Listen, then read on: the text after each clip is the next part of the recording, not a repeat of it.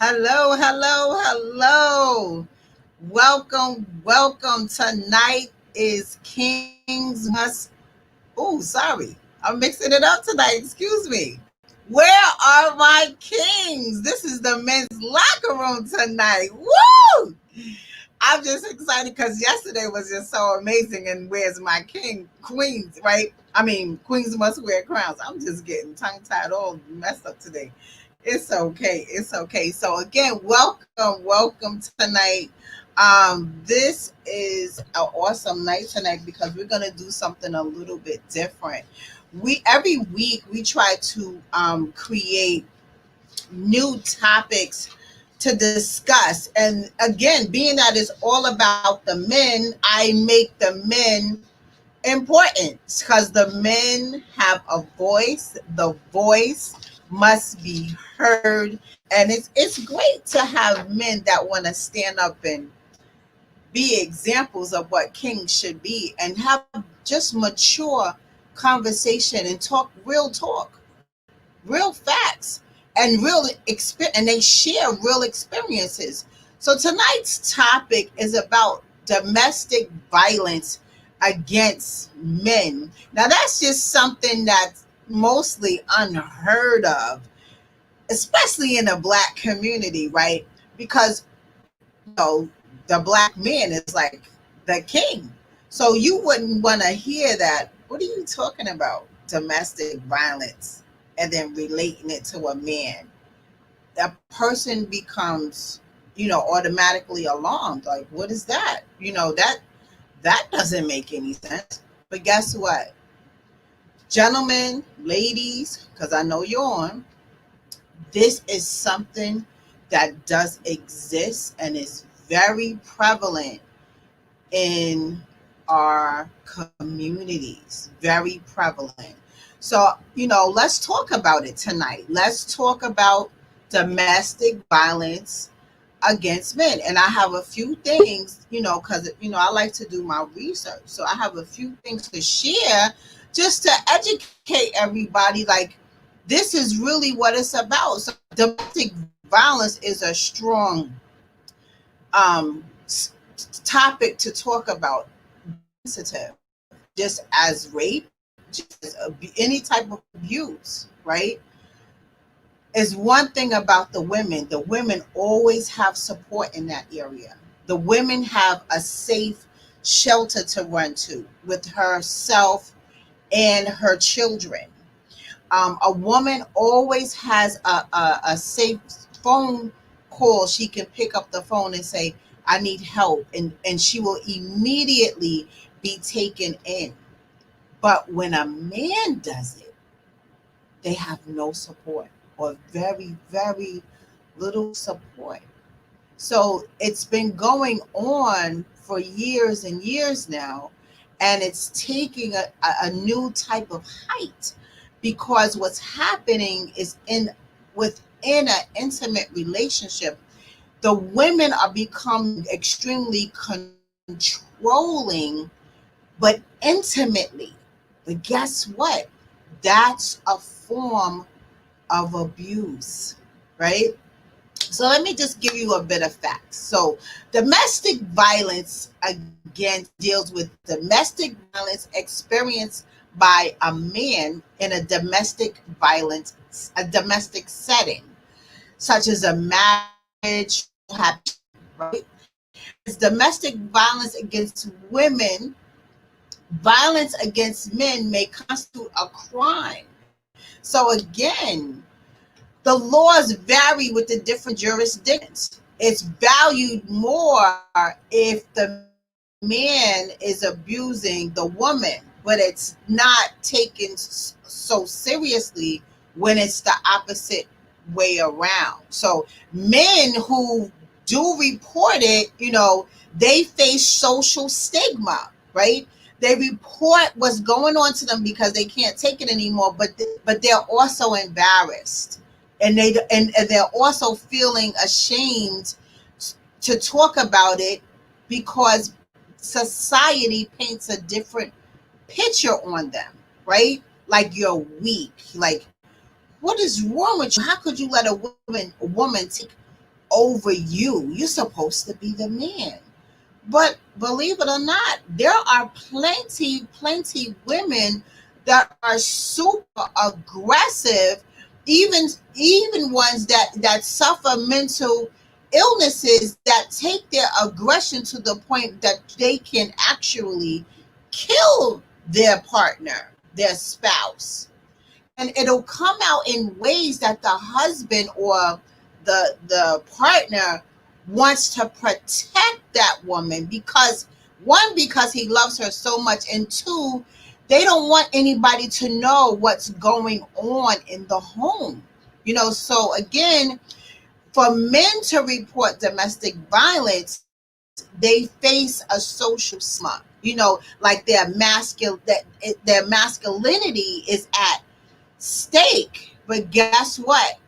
It's something called intimate partner violence, right? Intimate partner violence. So, with intimate partner violence, which is IPV, is a domestic violence by a current or former spouse or partner in an intimate relationship against the other spouse or partner. IPV can be taken a number of forms, including physical, verbal, emotional, economic, and sexual, right? So again, abuse has its many forms, and it comes very severely now. So the most extreme forms of such violence may be termed as battering, intimate terrorism, coercive controlling with violence, or coercive control. So there's a lot of women out here that are extremely controlling behind closed doors, right? But when they come outside, they change their face. They change their face. So it's just, a little challenging, because they play Dr. Jekyll and Mrs. Hyde, and they hide their real self, how they batter their men behind closed doors and act like it does not exist, and then dare them if the man tells anybody. And then on top of that, become antagonizing with words to make the man feel humiliated, right? So they don't want to talk about it. But then there's some that do, right? There's some that do report this, right? So let me give you some national statistics. So, I'm reading from the National Statistics Domestic Violence Fact. Okay, so on an average, 20 people per minute are physically abused by an intimate partner in the United States.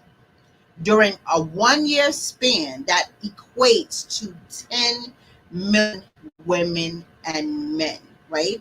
So let me give you some numbers here. So 1 in 4 women and 1 in 9 men experience severe intimate partner physical violence, right?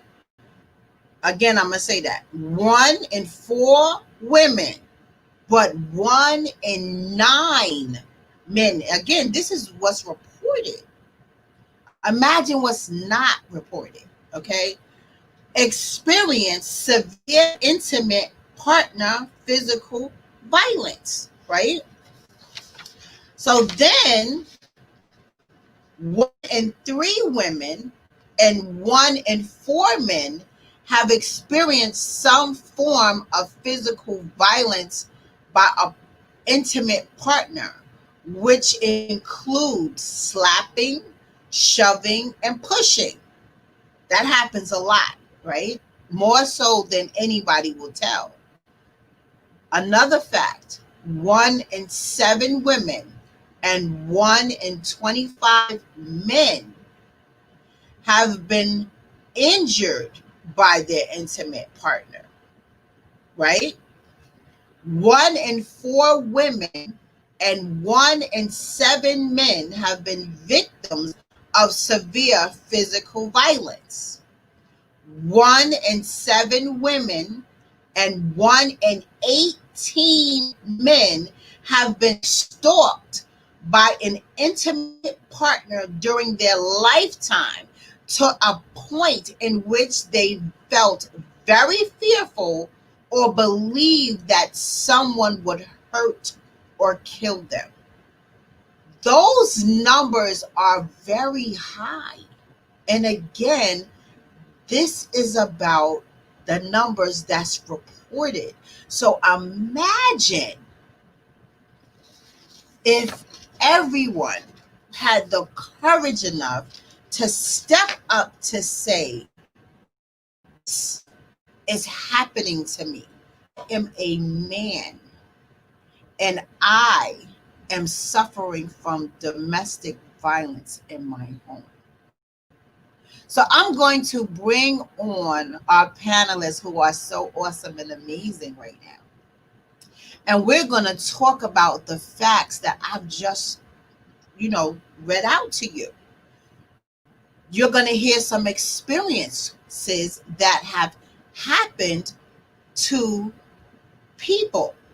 So let's talk about it, okay? So we have K Wise. We have King Father Wise, and we have King Herman.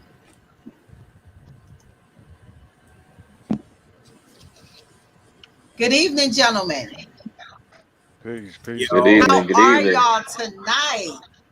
Peace. Okay, Peace. Good. We we're good. looking real serious right now. I know this is a sensitive subject, but we need to talk about this here, especially since this is what was brought to my attention that it needs to be discussed. Because again, this platform is about men having a voice. And as a part of the charge room, our mission is about healing. Our mission is telling stories in order for us to heal by expression, verbal expression, by writing things out. We have to talk about this to help ourselves heal, right? So again, I just presented to everyone some definitions of how men and domestic violence are becoming very prevalent right now. So could you please share your viewpoint on how this topic or what this topic means to you? So who would like to go first? Well, I think age before beauty is in the midst. So, Father. That you mean Herm? You mean Herm? He's the old guy here. That's funny. Age before beauty, right? I stay so beautiful because I keep away from violent women. You know what I'm saying? I know what you say. I know what you say. You know, All right, so yo, I guess. What's up, Father? You want me to set it off? yo, dude, go ahead. Yeah, the youngest in charge. Well, Illy, you gave some interesting facts. When we do think about domestic violence, the song that comes to mind is my joint by Prince Marky D, "Baby, You Need to Swing My Way." And you see a guy just beating on a woman, you like, yo, bro, that ain't right. But Mom, why don't you swing this way? I'll take care of you. But when it hits the flip side, it messes with your psyche. I'm gonna share my background story. So me and my wife, we separated for right now, in the middle of divorce. But before we got to that point, there was a couple of times right before we went to a marriage enrichment class, she pulled a knife out on me, try to come at me, and but I'm just so used to like certain things, so I don't really like panic. I just calmly just talked to her, grabbed the knife out of her hand, said, yo, we're not going to do this. After that, she left the house. I sat there for a moment. I'm just like, yo, she just pulled a knife out on me. Does she realize that the beast inside me that really would come out would have just, dismantled her? But then I'd be wrong because I put my hands on a woman, and I'm raised different. You know what I'm saying? I don't like nobody putting no hands on my mother. Don't put your hands on my sister, and don't touch my daughter or my granddaughter now. Don't do that. So sat back. Okay. So eventually, the next day she apologized, and you talk about that's intimate. So, so trying to work on it. Just be like, yeah, you don't gotta pull that out on me, saying talk to me. And we talk about communication, but when it comes down to did you comprehend? So then now the second time, I'm driving in the car. She wants to argue with me the whole time. I was like, I'm not in the mood tonight. I don't want to argue. I don't want to talk to you. We come back from the store. She starts up again. And I'm just telling her straight out, like, look, I'm not the enemy. And the next thing I know, from a span of 5 to 10 minutes, I'm getting snuffed while I'm driving. To where like I'm looking at her jerking the car, like, yo, what are you doing? You can make me crash. And the only thing on my mind is that getting back home to the kids, and I had a 5-month-old, daughter. So we keep going. As we get closer and closer to the house, past underneath the trestle, she just starts hitting me like 5 times in a row. And the only thing I did was take my hand off the wheel to try to block her. My hand moves back. She moves out the way, hits her face against the window. I hit the back of the seat, but at the time, everything was going so fast, I couldn't tell if I really just lost it and really just KO'd her. So I stopped the car, look at her, I was like, yo, you will not hit me again. She tries it again. So I had to catch her hand, pin it to her side, drive 2 blocks, park the car. I get out the car. I said, you know what? I'm done. Because now you really violated me to a point, and I'm thinking in my right mind, I just want to leave. I need that time to calm down. So go into the house, I grab my medicine, I walk out the door. She comes behind me. She's constantly just punched me in the back of my head, and I'm walking. Then she hit me one last good time before I crossed the street, and I turned around and I just said, yo, just leave me alone. But at that moment, I caught myself because it was like that push to the edge where somebody just really just pushed you, and you ready to turn around, and all the might in the world just like blah. So go back, give me the keys to the house, keys to the car. I slide away because as I was doing that, she's on the phone telling the officer, hello, my husband just hit me and he tried to take my baby. Well, my husband punched me in my face and he tried to take my baby. So I was like, yo, I'm gone. Slid. I ran into my man's father, talked to him. He drove me home. The next day, the cop calls me now. And he said, where you at? So I told him, so I was in the school building at first, but he didn't show up in time. So I go to lunch. He pulls up to the spot where I'm eating lunch at. I come outside, I tell him the story. And he kept saying to me, he's like, yo, do you have any marks on you? And I'm like, nah, I don't have no marks on me. I'm a big dude, I'm solid. I hate that, And he tells me, go back inside, finish eating. I finish eating. I see him walking to the building, so I come back out. So, don't want to make the establishment, where, oh, this is a place where a black man got arrested at. So he says, unfortunately, I could tell you not the dude that is portrayed by this, the report. but because it's the law, I got to take you in. And here it is. I didn't go to jail at 21, but at 41, I'm staying overnight in the jail cell. And then on top of that, I got one of my kids. He comes in, and you know, me and him share a laugh. Like, yo, I can't believe I'm telling you stay out of jail, but here you see me and I'm in here. And the whole thing with that, even telling her reporting that, and they told me since she got me first, if I was to go to the judge and press charges on her, it would look like I'm retaliating against her. When in actuality, I'm like, yo, this is the truth. So it took me a while, and you know, like I said, I forgave her, and but I just moved different. But because there's a child involved and there's children, it hurts. It really does hurt because and then when I got the police report and reading it, it just said I just punched her straight in her face.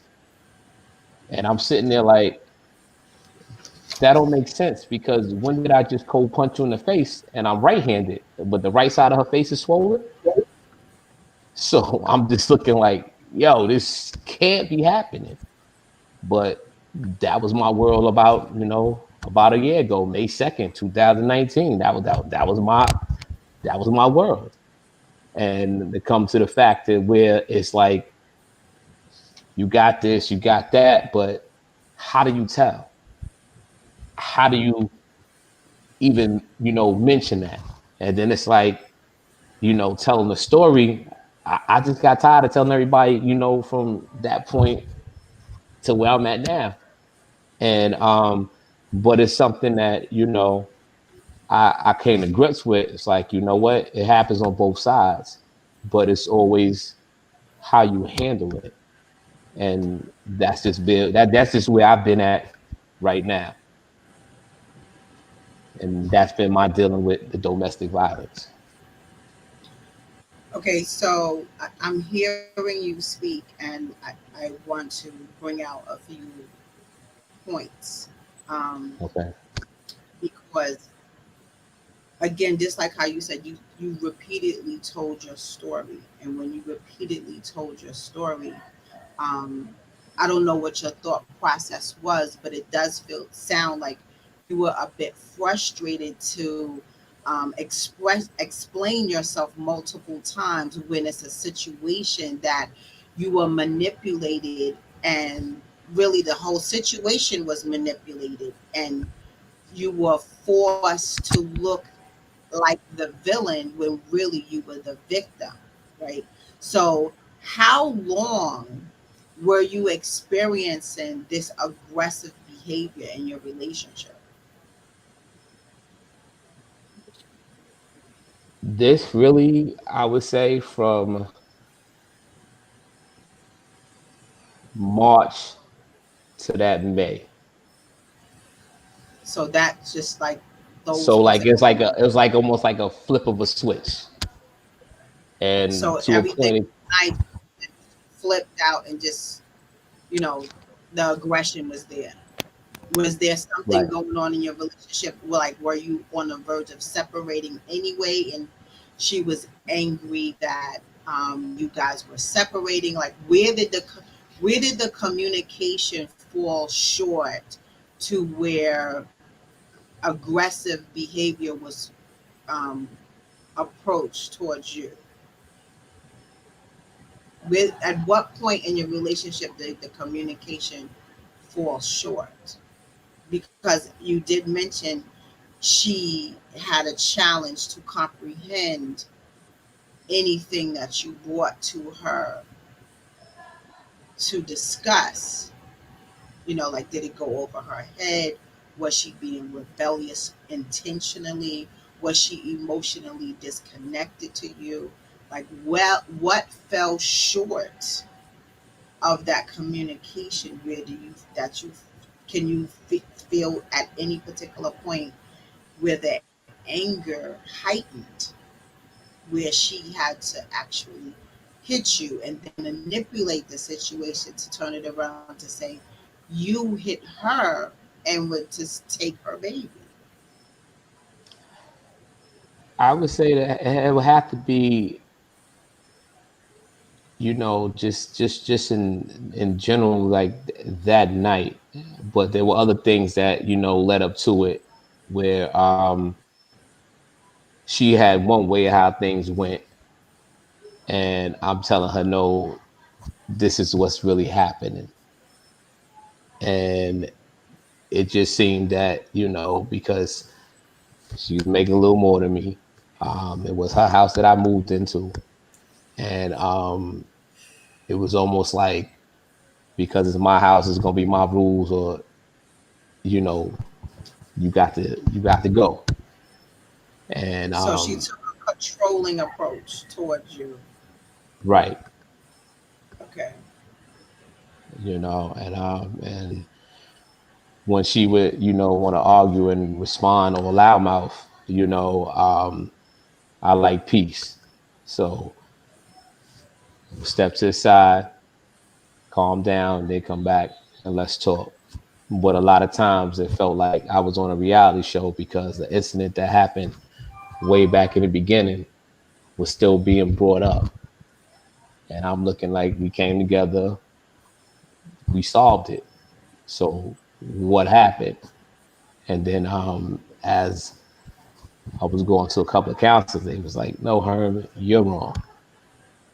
And so I did the, you know, like I said, apologize for not listening, you know, everything.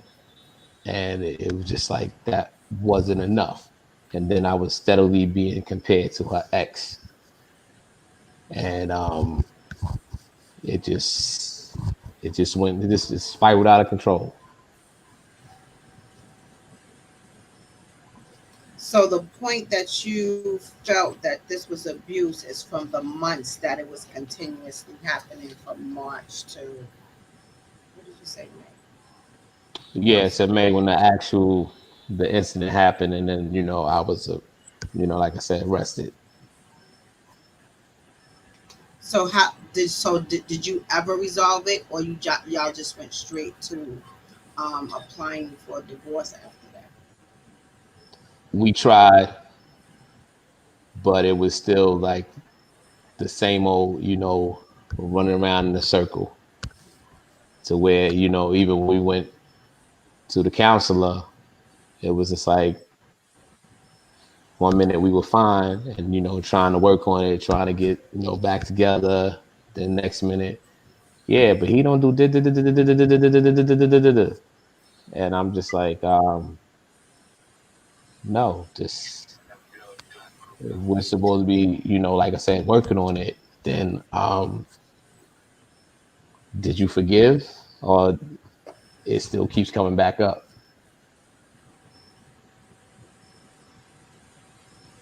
So you forgave her, but she didn't forgive you, and she kept constantly throwing it back in your face, you know. And this was also expressed during counseling, Correct. right? Okay. So being that it was, you know, you guys came to a, a compromise to say, let's go to a counselor, and the counselor sessions um, were not working, right? Am I getting that right? So Correct. evidently, because when you go to counseling, that's to reconcile, right? So, and also when you go into counseling, you also have to tell the truth, because if you Right. are not honest, counseling does not work. And a lot of times when you go into couples counseling, one person is for it and the other person is against it. So there's resistance always in the room unless both parties relax their egos and come to terms and say, okay, let me take responsibility of my behavior, and everybody come together and tell the truth. That's when counseling, the beauty of counseling, really blends together and works. So it sounds as if you were a partner that wanted to try to make it work, and She said that she wanted to make it work. However, her behavior did not demonstrate that during the counseling session. So you both ended up to file for divorce. Am I correct? Yeah, I didn't file. She did. So yeah, that the end result is Yeah, the she result. filed. Yeah, So it just sounds like she just did not want to be bothered. Period. Um, and it is most unfortunate that you had to go through that because that's humiliation. That's humiliation. That's embarrassment, and just the mental torture alone. Those months that was happening, um, is an extreme challenge, and it gets to be depressing. It brings you to a low place, and it could be, end up in depression. Um, so I commend you for telling your story, because again, men and domestic violence is just something that's never told, and when it is told, people look at you like, "Come on, man, what are you talking about?" Just like the cop approached you, like, "Okay, listen." It's like you're the one that has to bow down and compromise. You can't stand up with your story, which is most unfortunate. It's very, it's most unfortunate. And I know a lot of men, when calling the police, I know the officer, you know, convinces them like, okay, just take the high road. And I can imagine that happening. So again, thank you for your story. So we're going to the next person that wants to speak out right now. Go ahead, Okay. handsome. Peace. I'll tackle that one. I had a similar case. Well, I'll put it like this to make sure put it Could you in speak proper up just a perspective, little bit not louder? to. All right, can y'all hear me? Can hear you Is now. that Yes. better? All right. Let Yes. me turn down my jazz. I got some jazz music playing in my background to soothe my mental right now. Um, Okay. Within the domestic violence, I give you a quick scenario of what took place within me years ago when I was married. Um,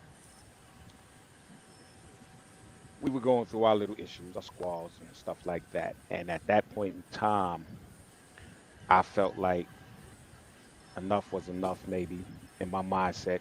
There's no turning back, no turning point, or whatever. So she was trying to emphasize for me to leave out the house or whatever this and that. So at the time, me still being in the military, domestic violence was kind of like a high right now, a high alert to where they was taking a lot of serious cases and dealing with it where you can lose your career, all types of stuff can go wrong. Well, for me, it was the reverse where my wife then, you know, had attacked me while I came to go get some. I was getting some clothes that I thought was in the dryer. I said, well, yo, I told my officer who was with me as my witness, I said, oh, I forgot something. So as I was going back in the house, I noticed that when I opened up the dryer, there was destroyed tapes of our wedding that was a gift to me, And I was like, wow, okay. Didn't anything. As soon as I realized she jumped on my back, it was like hitting me, all this, that, and that. Not at one point in time did I ever swing back. I mean, truthfully, she didn't really hurt me because of my build back then and everything. But I was just like this. She went on. She was in a rage. She was out of her normal self to do what she did. At that time, I didn't care because I didn't choose to understand anymore because it was just crazy to me because everything was just spiraling out of control. But I also knew that if I was the old type of person to retaliate, because once somebody puts their hands on me, I blank out. I don't care if you're a male or female, you trying to harm me. So my instinct is to protect myself by all means. But given the circumstance that this was my wife then, I'm like, wow, I can't believe that she's actually doing this. So in my Mm-hmm. defense, I had my other NCO, he witnessed the whole entire thing, and at the whole entire time, I never put my hands on her. He called the MPs. The MPs came, and during that time, we were talking, and she was like, "Oh," I said, "it's out of my hands," because he actually called my unit first sergeant to inform him everything that happened while the police was on their way. They were actually going to physically arrest her. At that time, we had our child, and I was like, "Yo, I don't want no children of mine to see any craziness like this." So when he came, the MPs came, I immediately took him outside and I was talking to him. And I had to think. I was like, listen, you're not gonna take my wife to jail. That's just not how I get down. And regardless of what's going on, what's in my home is in my home, but you're not gonna take my wife to jail. That's how I was feeling. So he was like, okay. So what he informed her was that they are arresting her. They wrote up the paperwork and everything, but she's going to be released under my custody until time to go to court. Okay. So we actually wound up going to the court, and the judge was asking me, because they actually pressed charges once they saw the physicalness. They actually pressed the charges, but I told the judge that I don't want to do it because she was just really into her career at the time. And for her, with the stature, the type of job that she was having, that would have done a lot of damage to her too. And I'm like, well, I don't want that. Everything, like I said, I just want to let it all go. So when we was in court, I talked to her. I said, you know what? Now it's time for us to think about everything. And I had to ask myself, what was my role to partake in this to cause Right. you to outlash? You see what I'm saying? Right. So I had to think Mm-hmm. about what part I took of it. Okay. So as I'm thinking of all the things that I did, I had to say, well, listen, okay, we both did. Uh-oh. Excuse me. All right, there we go. We both did some wrong, and we both had to make a change and commitment into that. So I apologized. She apologized, and it was just at that time we figured that we could probably, of course, we had to go through marriage counseling automatically because of the military.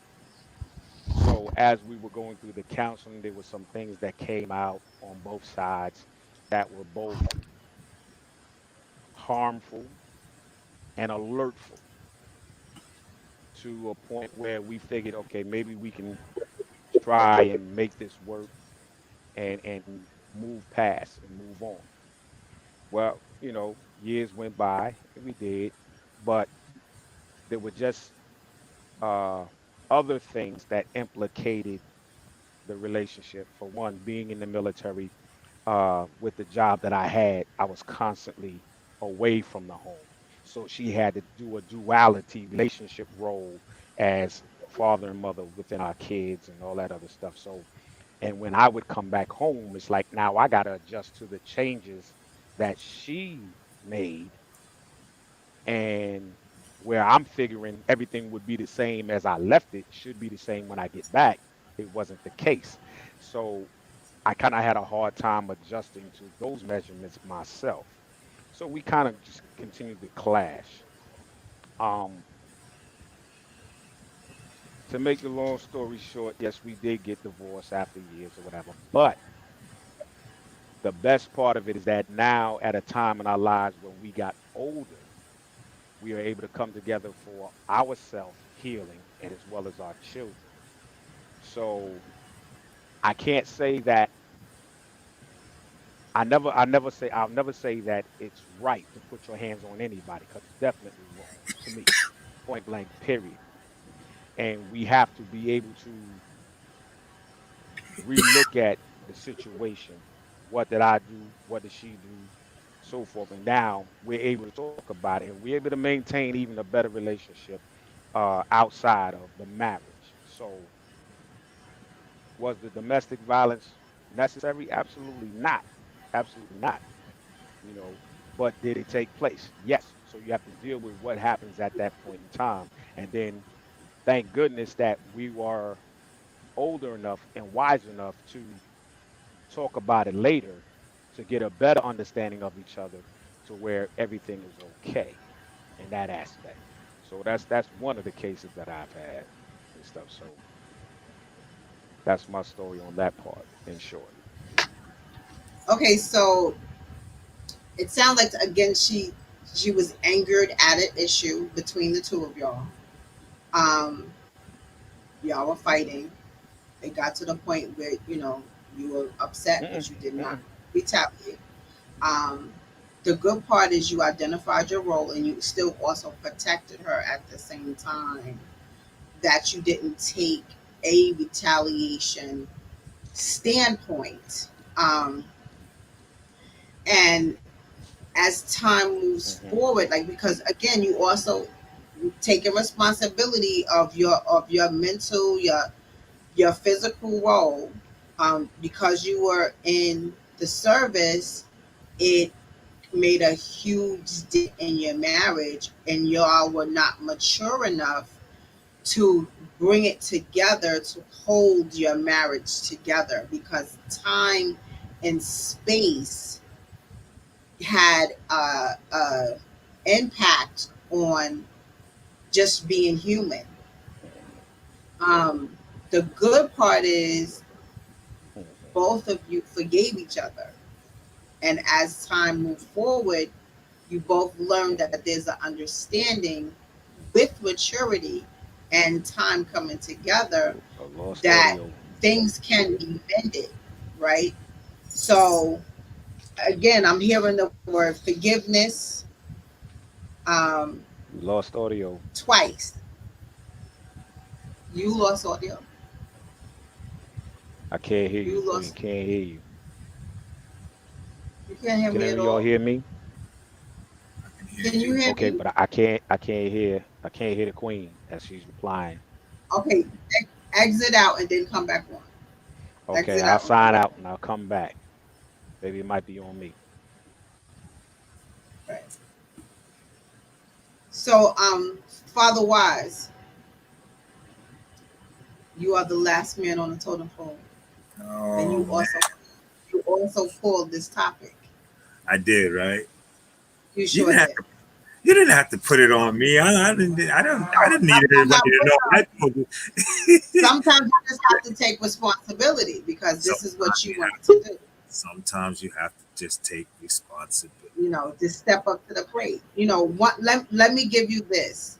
I will say, ever since we have started this platform and you volunteered to be one of the kings on this platform, I will say every week you have learned something.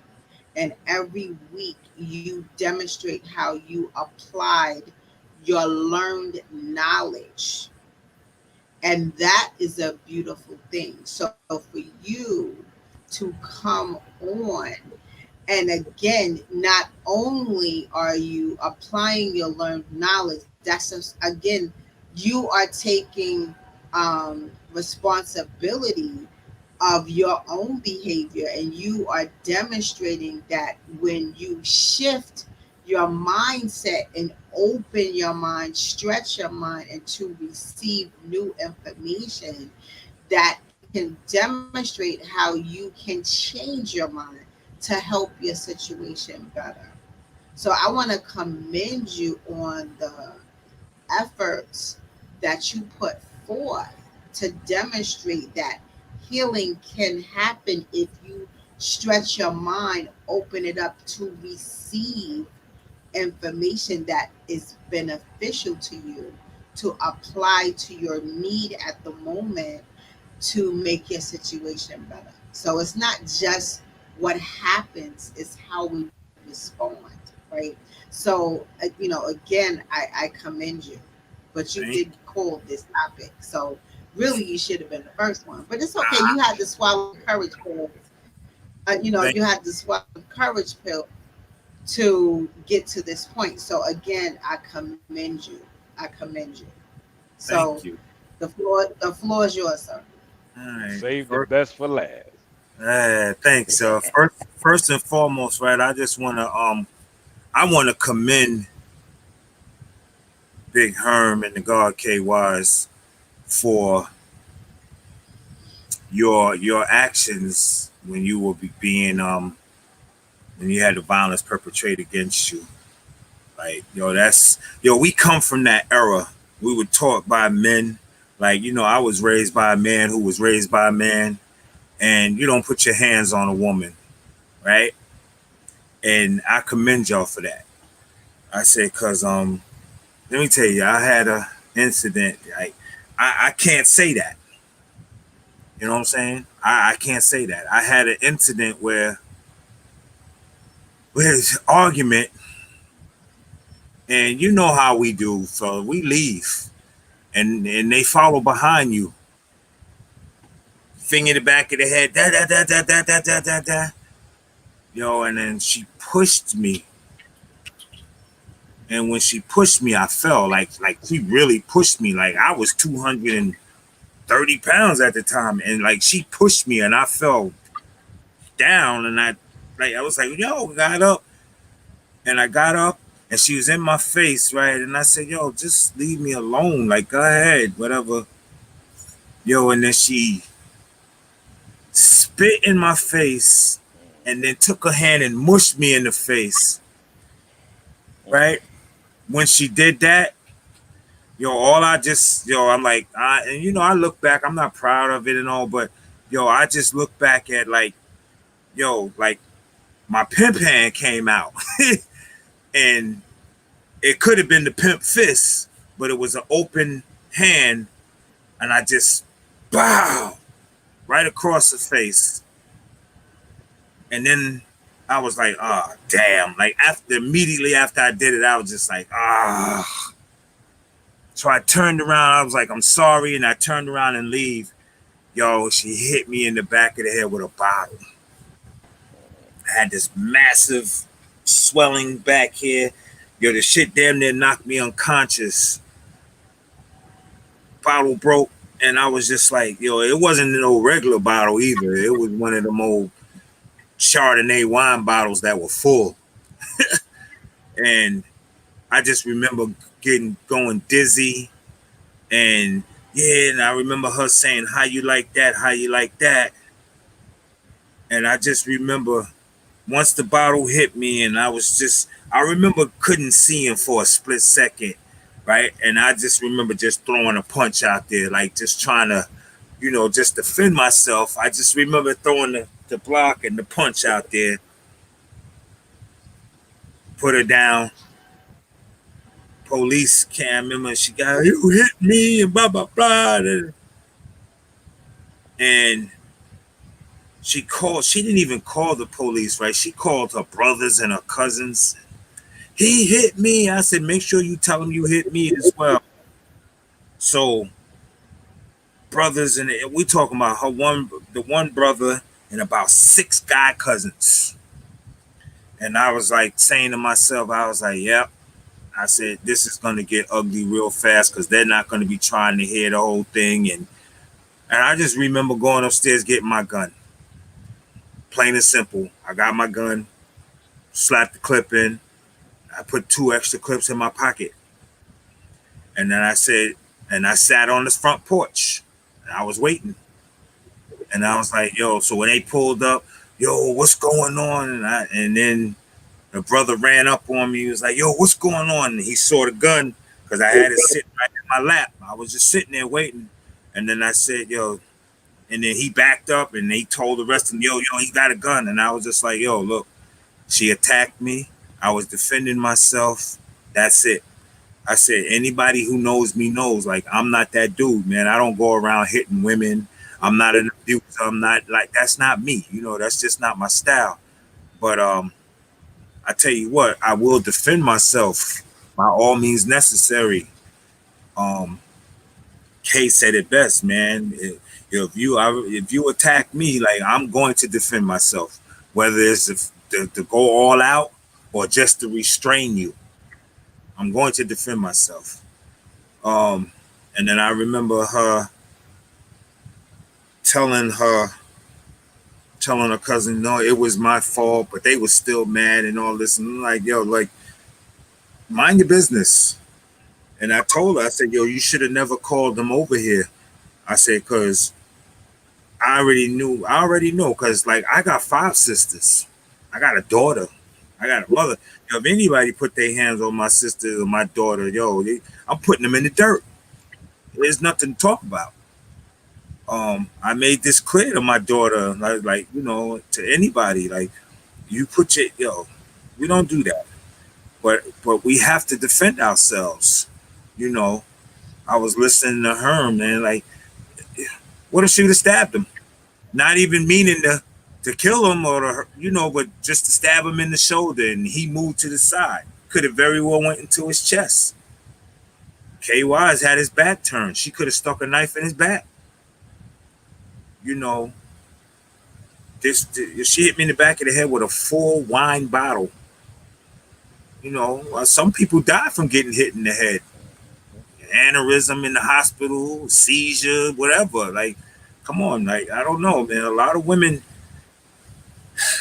it's even, I just chalk it up to, I'm just glad I was young at the time, and my recuperating and resilience. And plus, like I said, I was like, we lift weights, we take care of ourselves, and we're able to bounce back from certain stuff.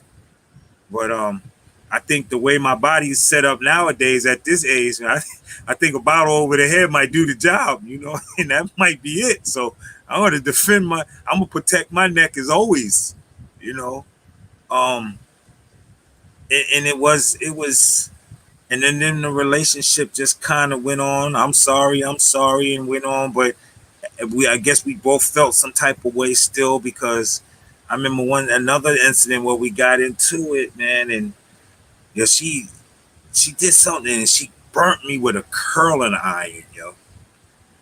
She came at me with it, and I put my arm up to block it, and right across here, you can't see it here, but right across here is a dark mark where it hit my skin, and it healed up now. Cocoa butter. Cocoa butter is a wonderful treatment, right? So, but just carrying those memories, the memories of being burned, the memories of being attacked, and we're not always the ones. And when the police come, we go to jail. That's the, and like Kay did some real gentleman stuff, right? Nah, you're not gonna take my wife to jail. I can't. Nah, when the police come, we gotta take both of y'all in. Nah, I had to go to jail. Why do we always have to go to jail when the women are the aggressors? Why do we feel the need to still protect them after they attacked us or don't want to, why do we still feel that king or being God or just being a man? Why do we still feel like that? Because evidently, like, they don't give a shit about us they don't give a damn about us when they attack us. They really don't care. Herm could have went to jail. She lied. Kay Wise was definitely in the right, and he didn't, he swallowed. He ate that. Me, I ate that. And it's like, yo, a lot of these women don't understand, like, domestic violence, you keep your hands to yourself no matter what's going on, because you don't know, like, because to me today, 53-year-old me, I'm a totally different person than 23. 23, listen, I was still drinking, still hanging out with the boys, still fighting in bars, still in training mode, like, training mode, if you want to call it that. And I was like, and I always said, anybody attacked me, I jumped on them, plain and simple. It didn't matter. Because I know a lot of women are aggressive and they got it in their head that if I hit him, he ain't gonna hit me back. He ain't gonna hit me back. Yo, I seen many women get punched in their face from hitting a dude nowadays. Like these dudes nowadays don't give a damn about none of that, yo. They don't come from where we come from. You women have to really understand today. You put your hands on the dude today, I can almost guarantee you 90% of the time you're gonna get hit back. Period. And and it's real out here. It's real in the field. So my experience is just that. And it's just like you said, like we feel if I just yo K, yo, she hit me over the head with a bottle. We don't want to tell our boys stuff like that, man. It is embarrassing. It is like it ain't nothing manly about it. Yo, she ran up on me behind, hit me in the head. Well, what'd you do? I ain't really do nothing. Why not? Because I ain't want to go to jail. Nah. Domestic violence sucks. No matter Absolutely. who is, no matter who is the victim or the perpetrator, and so that's my little story with it. Can I just add in something to Yo, that add, real Sure, quick? add on, So add on. sure. let me give you the scenario of my mentality during that time now that I'm talking about it and redressing. The moment that she attacked me, right? The old act like a man, think like a woman, and all that concept and stuff like that. I was immediate. First thing thought of was like, yo, if I throw her off me, she done. Because if I put my hands on her, I'm not gonna stop. So that was my first thought. Was like I said, protecting myself, and I was angry at the same time because we were young, and I'm like, yo, I ain't going out like I'm not gonna go out like a sucker. But I had to truly think. I said, shoot, you know, I'm in a situation that where most women are in a situation, basically. And especially during that time, that was right after the O.J. Simpson Oh, saga. yeah, he So done messed it up domestic for violence everybody. was at an all-time high. So I'm Mm. like, yo, my next mindset was like, yo, revenge is mine. I got her now. I can ruin her life. You know what I'm saying? All these thoughts were coming to me in the process. But then when I thought about it, like I said, when the cop came to the door, I could have been like, yo, take her to go to jail, whatever, whatever. But you know what I had to think about? I put my children before anything. And then I also said, I gotta look at, you know what, no matter what, this was still my queen. I ain't trying to see my girl go to jail. Come on. Who how would I feel? You understand what I'm saying? What would I look like? Not worried about what all the media and everything. This is all on my headset.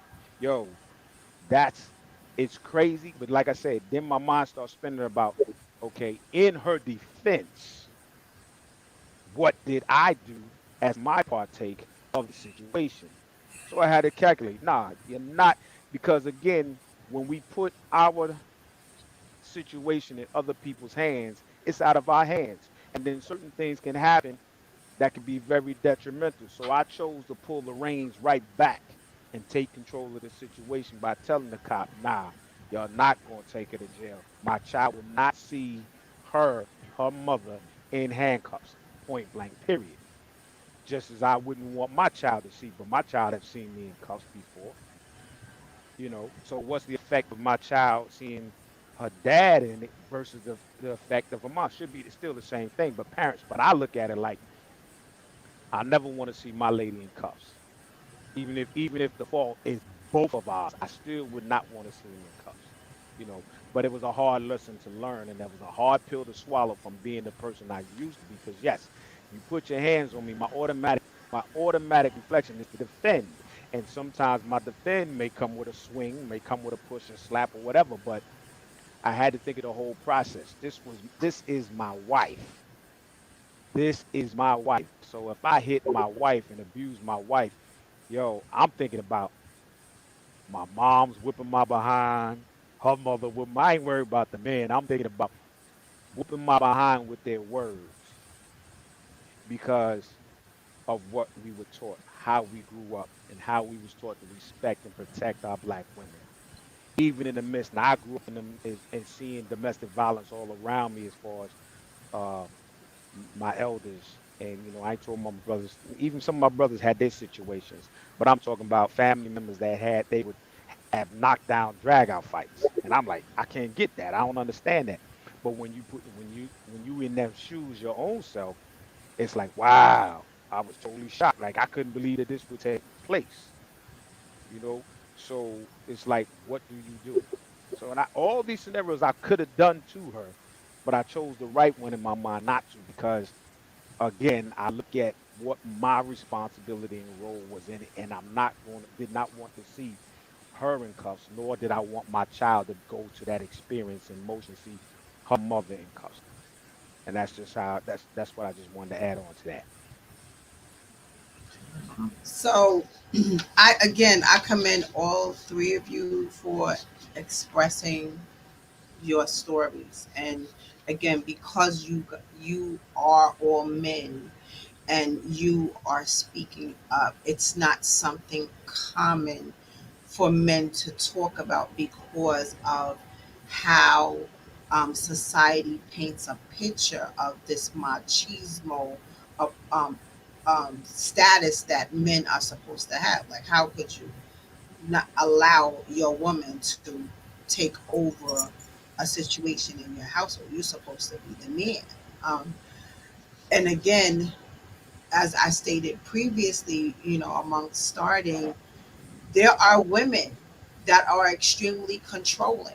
There are women that need to have um, their expressions first, and at any cost.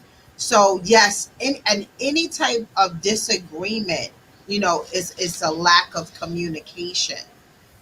Everyone is not going to agree on everything. But you have to look at your role. Like, what role did you play?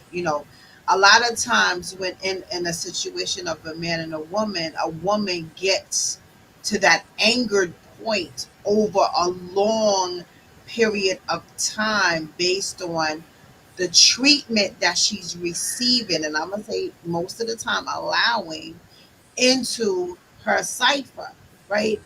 And then when say, like, if a woman is identifying that she's being disrespected, cheated on, hit, just because of a man. And I'm going to give you an example of something that happened to me, because I was always quiet, but I grew up in a domestic violence household. So that made me quiet because I didn't like the challenge of arguing all the time. So I always took okay, I'm woman down. Whatever you want, I don't even want to discuss it, right? However, I was with a person. We coexisted in a house. We were sitting on a couch watching TV in a very loving way. He raised up while we were on a couch watching TV, punched me dead smack in the middle of my face. I saw stars, straight stars, knocked out. And when I came to, I was like, "Dag, like, what happened? Like, what did you do that for?" He said, "Cause I effing feel like it." So I didn't know how to take that, because one is the shock that it happened because we were in a loving mood, a loving position. We were watching TV, and then he did it again. So he was like, "I won't do it anymore." And then we was in a bedroom watching TV the same way, nice, calm. We was having a good time because, again, I don't like confrontation. I came from a domestic violence household, so I'm quiet. I'm not gonna run my mouth like that. He raised up, boom, punched me straight in my face. Saw stars. Then he took a pillow and commenced to putting it over my face and held it down. So now this is my life. I'm kicking to save my life now. Yeah. I reached for anything that I could reach for because I'm on the edge of the bed. It was the phone. I took the phone and crashed it on him as hard as I could because I can't breathe now. I'm having challenges breathing. So I'm crashing him with this phone as hard as I could to get him off of me. Blood flew everywhere. And I was so scared I didn't know what to do. So I'm saying, as a woman on the other side, I don't know what was on his mind for him to do that. But I do realize something happened somewhere in his life that he felt the need to express himself through physical violence and to a person that's not violent. So flipping it over to the woman, it could go the same way, but it also could go on what led, because the other part is men creep and they don't communicate, and that's just the immaturity of it. And they get heightened in their anger because we just want to answer like what's going on, because it's love in the household is slipping away, it's disappearing, like you disappearing, and then y'all throw it like whatever, you don't know what you're talking about, but it is something here. When we're young and or in a relationship, there's when it gets to that point, it's always a lack of communication. Something breaks down. And because everyone is immature of how to respond, everything goes haywire. And if you let it go, it happens again. And it keeps happening and it keeps happening. So it forms a cycle. And sometimes it's years that somebody is sitting in this place, and that constant control and manipulation ruins that victim, that they lost every ounce of their identity, their soul, their heart, their mind. They're robbed and raped of it. So that person can't even defend themselves physically because mentally they're already gone. And that happens on both sides. So a man that's constantly going through this, but he's constantly guarding and protecting his woman, he's going through turmoil himself. It could cause that situation to snap. And not a lot of times it gets severe. The person is hurt severely or even killed. And again, it goes on both sides. Domestic violence, just like how you said, it affects the children. It affects the children to the point they grow up to be of the environment that they were raised in. And we have to be careful as parents because they mimic what we do, no matter what age it is, no matter what age that it is. So I commend, like I said, Herman and Kay Wise, you put your children first before you responded. Everyone can't do that. And especially now, like y'all said, guys today, they don't care. A female coming for them on any level, and even despite the fact that they initiated the behavior, you going down. Don't hit me. It's automatic retaliation. It's automatic heightened. It's automatic violence. It's automatic. They don't care who's around. It's always a public issue. And then it goes on social media, public. At least back in the days, everybody still trying to cover stuff up. Now it goes from inside the house, outside the house, onto social media. Period. That's how. What's that? World Star. Everybody it's everywhere now. So it's taking its own course to be exploited, right? So again, people don't want to take the blame. They want to blame others. So you have to be responsible and take responsibility of your behavior. Think, anger does not just roll out for nothing. Something triggered it somewhere. And if people don't come to terms to say, okay, I take responsibility. Yes, I was dogging her out because that's where I was. I was dogging him out because that's where I was. Because again, it's on both sides. But at the same time, everyone has to take responsibility of their behavior and mature up. Mature up. You got to take the grown folk pills and walk in your truth. And both sides must communicate and forgive if they want to get over or get through their situation. Because I really don't like that word get over. So excuse me for saying it. Just to get through your process. Because everyone copes with situations differently.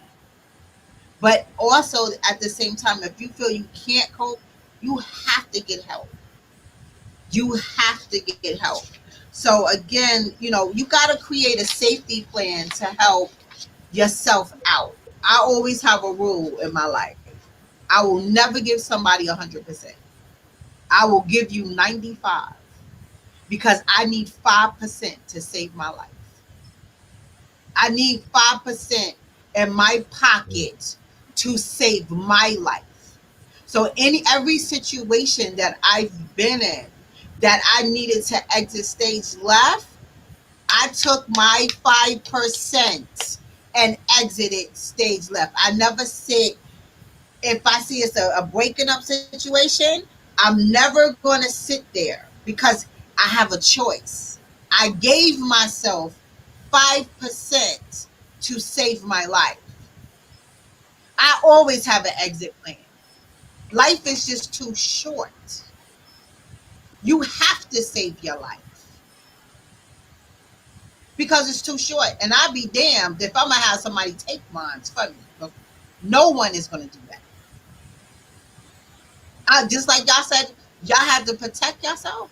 I'm protecting myself by any means necessary. If you want to go down, let's go down, baby, because I'm a fighter. I'm a fighter. So being a victim of domestic violence on multiple levels, I did not sit there. Don't raise your voice at me because triggering something, baby. Because I was a victim of domestic violence. I was a child of domestic violence. So I handle people in a certain way, and I'm very careful and strategic of how I speak, how I approach you, because I need to know where your mental is before I respond. So I'm going to always talk to you in a joyful, happy way because that's just who I am. But I also do it strategically to always save my life. And then because I deal with the mental ill population, I don't know their status when I approach them. They could be decompensating and smile at me and go, hey, Miss Simpson, and then kill me the next second. So I need to always stand at a place to protect myself, just on daily conversation.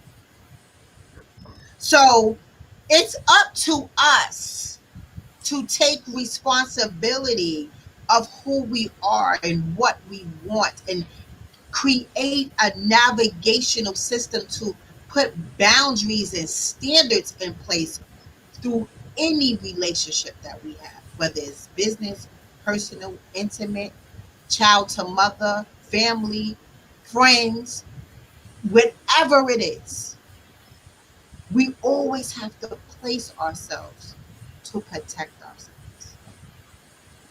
So on a domestic violence note, because I always like to give information, I have a number to anybody who's experiencing domestic violence. So there's a domestic violence hotline, the National Domestic Violence Hotline. It's 1-800 799 7233. And if at any point, if anybody is experiencing immediate danger, always call 911. Always call 911. But if you are going through domestic violence and you need help and you don't know who to turn to, and you know you can't turn to a friend or family member, please call the National Domestic Violence Hotline. It's 1-800 799 7233. So I definitely want to thank everyone for coming on tonight. We did this like group project tonight because normally I have everybody on one-on-one. So we are going to discuss what we're going to do next week. So I just wanted to end this live, and I thank everybody who came to watch us on tonight to talk about men and domestic violence. Again, there's a lot of women that have control behind the door and wear masks when they come outside of their homes. So if you're experiencing this type of behavior, you identify it. You identify that this is not right, but do something about it. Save your life. Don't just sit there. Save your life. So I thank everybody on live for coming on. This was an awesome topic, and I hope we touch somebody out there in social media land. But I bid everybody a great night. Have a good night. Say bye, y'all. Peace. Okay, Peace. all right. All right. Yes. Have a good night. All right. Yeah.